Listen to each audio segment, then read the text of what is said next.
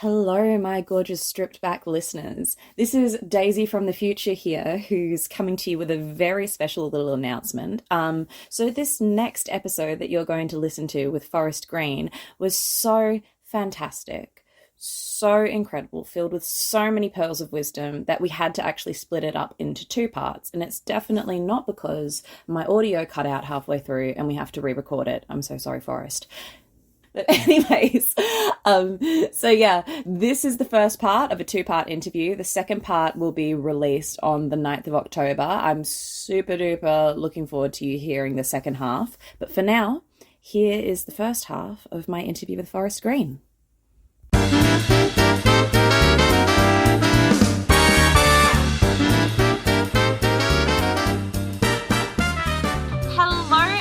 And welcome back to another episode of Stripped Back with Daisy Delight, where I am trying my very, very best to pull apart the Sydney burlesque scene one rhinestone at a time. And I have with me here the gorgeous Forrest Green. How are you going? I'm good. Thanks for having me, Daisy. The pleasure is all mine, lovely. Pleasure is all mine. Now, before we get into the interview, I do a bit of a stalky stalk of everybody's socials just to see if I have all of my information about you up to date. So what I've got here for you is that you are a performer, you are the producer of Simply Burlesque Penrith, and you are also, and you know, how we met, you're an Apprentease 2024 finalist. Have I got everything? Yeah, that's it. There's not much. Yeah. No, but what you've got is like very impressive stuff, especially considering how long have you been in the scene now?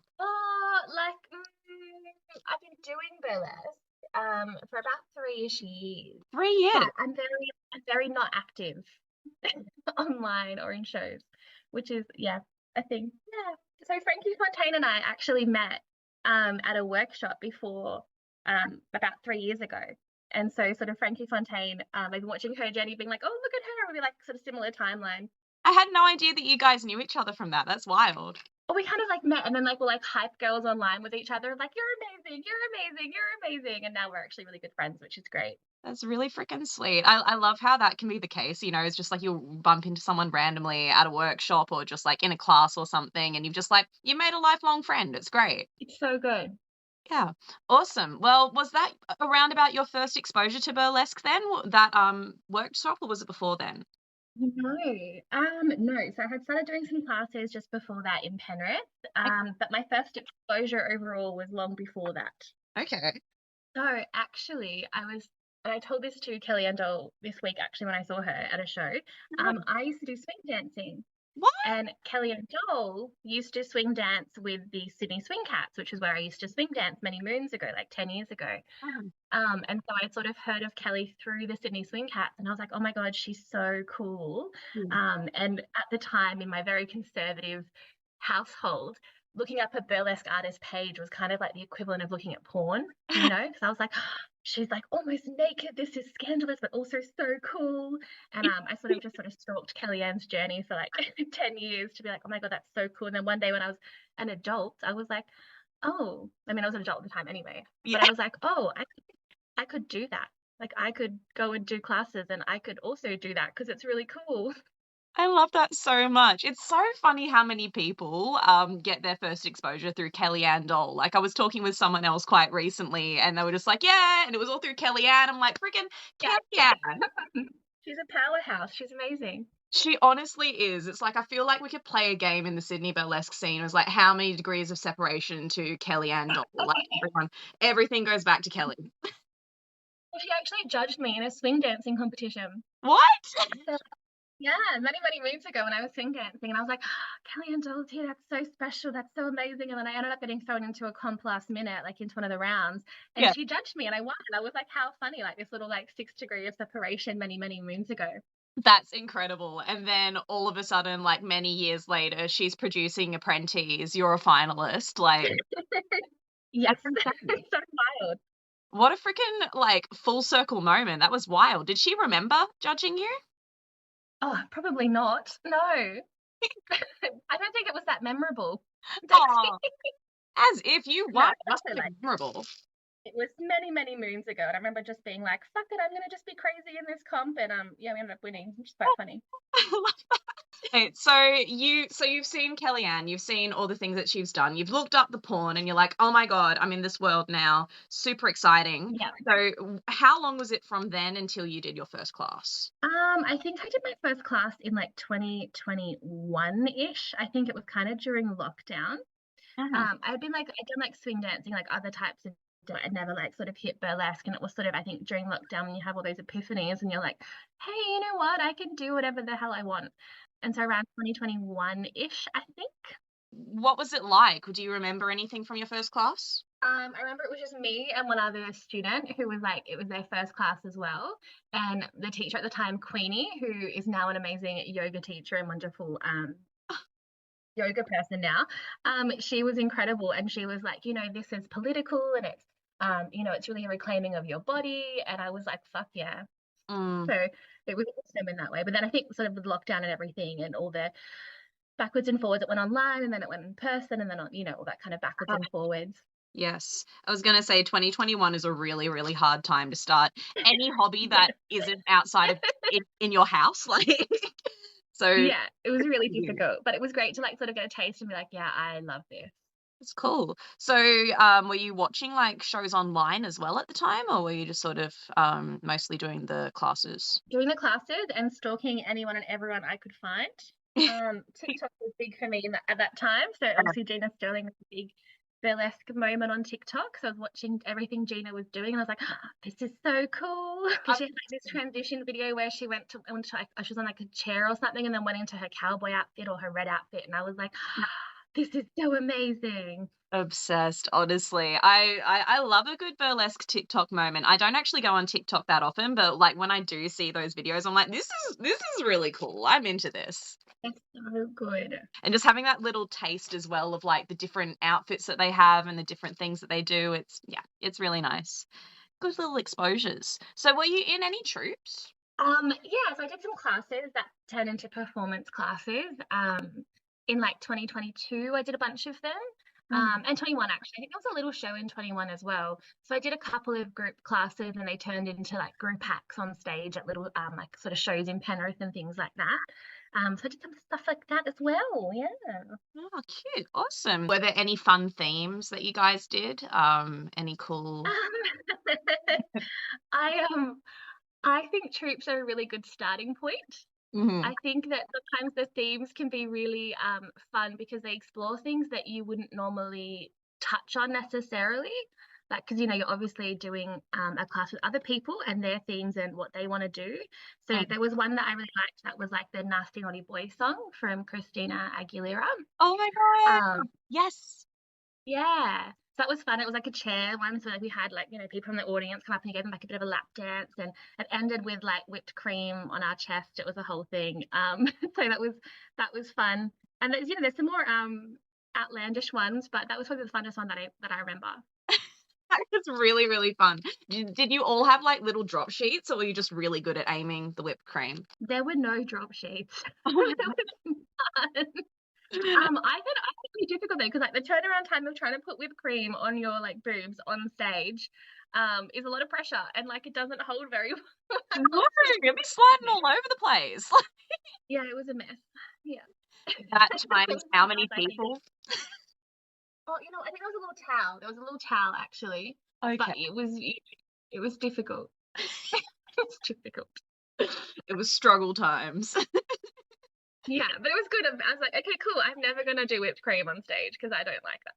Yeah, exactly. That's what troops are good for, right? You get to like test things out and be like, okay, I'm not going to do that of my own free will, but maybe something else. Yeah, and you're like, yeah, it's fun in this environment. Like, it's fun to try that and to do it. And, you definitely learn a lot from them. Yeah, absolutely. 100%. No, so you've done a few troops. How did you end up getting your burlesque name? How did you decide on Forrest Green? Oh, so Forrest Green is my full name, my legal name. So it came from, I did some fan dancing classes and I was like, oh my gosh, I love fans. I really want to own my own fan. So I hopped online and I purchased some and I was looking at the colors you know, because I think deciding your fan color is so crucial. Like, because, you know, it's a big investment and you're like, I'm going to have these fans a lot. I've got to match my costume to these fans. What color am I going to go with? And I kept coming back to green because my hair at the time was very, very copper. Um, and so I was like, I'm going to go with green because it matches my skin tone, it matches my hair. I intend on staying copper for a long time, so it's going to work really well. And so then when I put them in my cart, I was looking at them and I was like, oh, they're forest green. And then I was like, forest. Oh, forest green. Oh, that's a good name. And then that's kind of where it came from, to be honest, because I bought a set of green fans and I thought the color was a really great name. Stop it. Yeah, that's literally where it came from. And I was like, forest is good because it's not like too common. And also it's a bit like gender neutral, so I've got room to play with, like, you know, different sides of that as well. I haven't sort of besides the color green, I haven't shoeboxed myself in too far to a particular theme or concept. Yeah, absolutely. You know? 100%. And this is going to touch very well on the next question. What was your first ever solo act? Oh, so my first ever solo was only ever performed once. I think there's a very tiny clip of it online somewhere because a performer messaged me about it because they were using the same song and they messaged me to see how close our concepts were. It was called Goodbye Dave, was its title. It's actually a Halloween act, which is hilarious for me because I'm not a big Halloween person. But I was in a Halloween show and I was in like a mentor sort of thing where you had to develop an act for the Halloween show. Yeah. And I was like, oh yeah, this sounds okay. We'll do this just as something to do. And then so it's like a 1950s housewife, and there's like this clip that I've cut from YouTube where it's an ad for this car about they need to get a second car basically because her husband always has the car.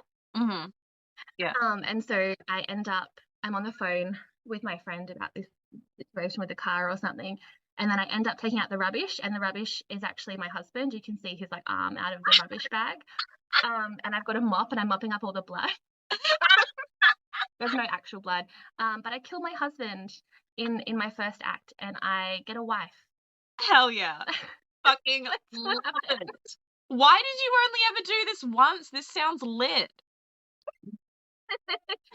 I think at the time I just put like I'm really good at putting a lot of pressure on myself to achieve a really unrealistically high output, and then you know, burning myself out on that concept and then not doing it again.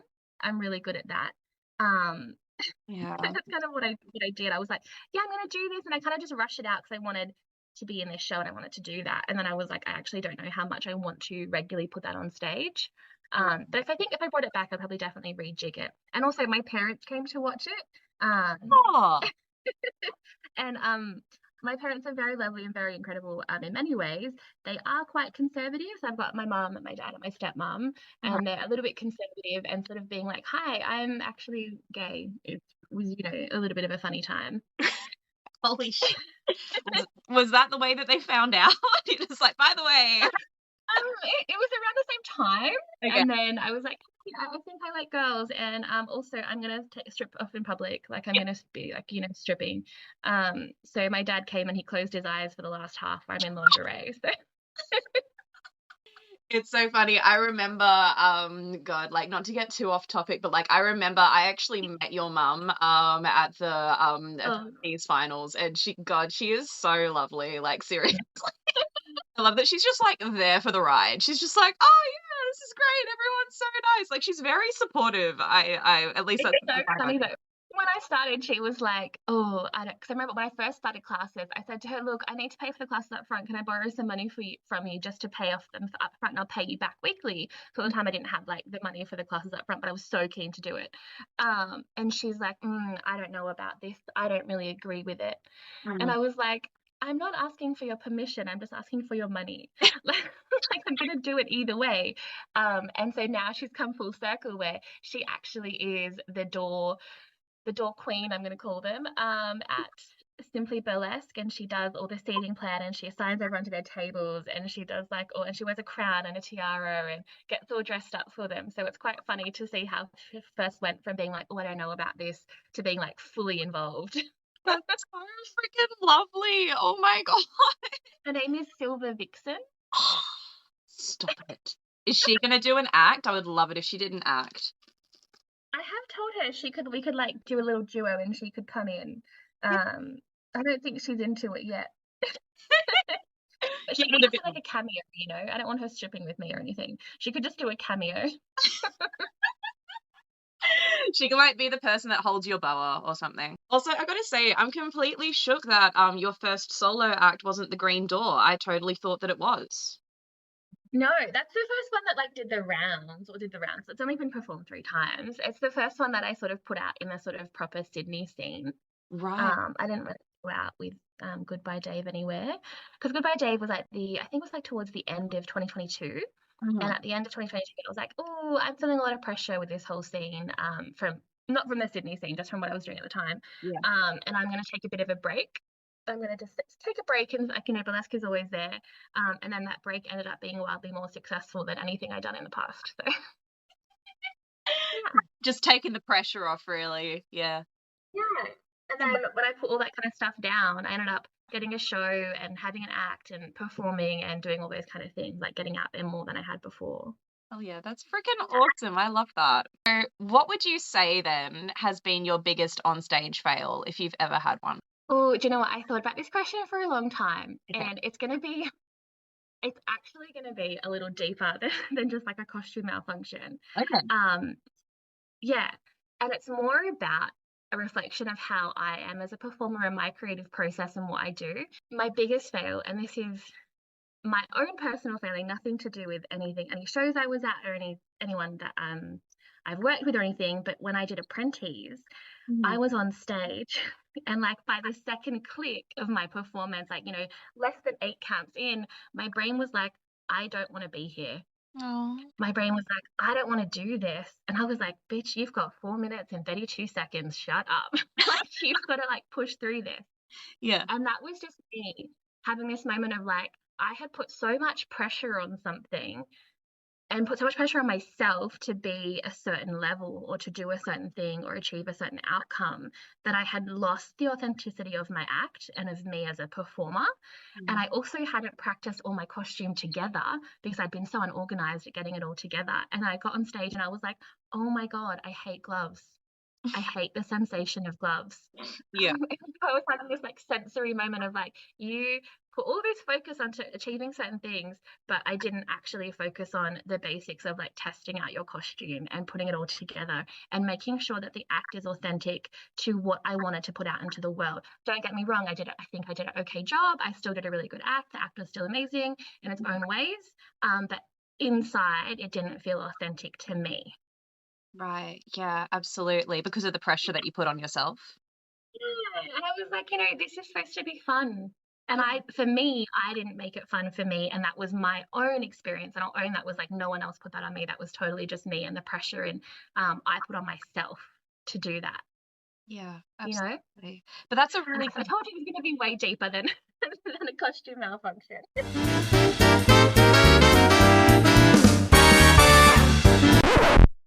Oh, I'm sorry. Were you expecting more podcast? Is that something that you wanted? Well, I am so sorry to disappoint you, but here at Stripped Back, we're actually really invested in the art of the tease. So invested, in fact, that you're just going to have to wait. Unless you're in the future, in which case you can just skip ahead to the second part of this interview. But yes, that is the end of the first part of my interview with Forrest Green. If you're not a time traveler, check out the second part on the 9th of October. Get amongst it, listeners.